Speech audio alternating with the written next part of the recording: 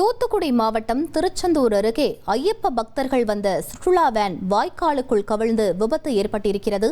இதில் 13 பேர் படுகாயங்களுடன் திருச்செந்தூர் மருத்துவமனையில் சேர்க்கப்பட்டிருக்கிறார்கள். தென்காசி குற்றாலத்திலிருந்து இன்று காலை திருச்செந்தூர் முருகனை தரிசனம் செய்வதற்காக சுற்றுலா வேனில் 24 ஐயப்ப பக்தர்கள் வருகை தந்திருக்கிறார்கள். இந்நிலையில் நெல்லை திருச்செந்தூர் சாலையில் ராணி மகாராஜபுரம் பகுதியில் வந்து கொண்டிருந்த போது சுற்றுலா வேன் எதிர்பாராத விதமாக சாலை ஓரம் இருந்த வாய்க்காலுக்குள் கவிழ்ந்திருக்கிறது. உடனடியாக அங்கு வந்த போலீசார் காயமடைந்தவர்களை மீட்டு திருச்செந்தூர் அரசு மருத்துவமனைக்கு அனுப்பி வைத்திருக்கிறார்கள். மேலும் கோவிலுக்கு வந்த ஐயப்ப பக்தர்களின் வேன் வாய்க்காலுக்குள் கவிழ்ந்து விபத்திற்கு உள்ளான சம்பவம் திருச்செந்தூர் பகுதியில் பெரும் பரபரப்பையும் ஏற்படுத்தியிருக்கிறது. முக்கிய செய்தியாக பார்த்துக் கொண்டிருக்கிறோம்.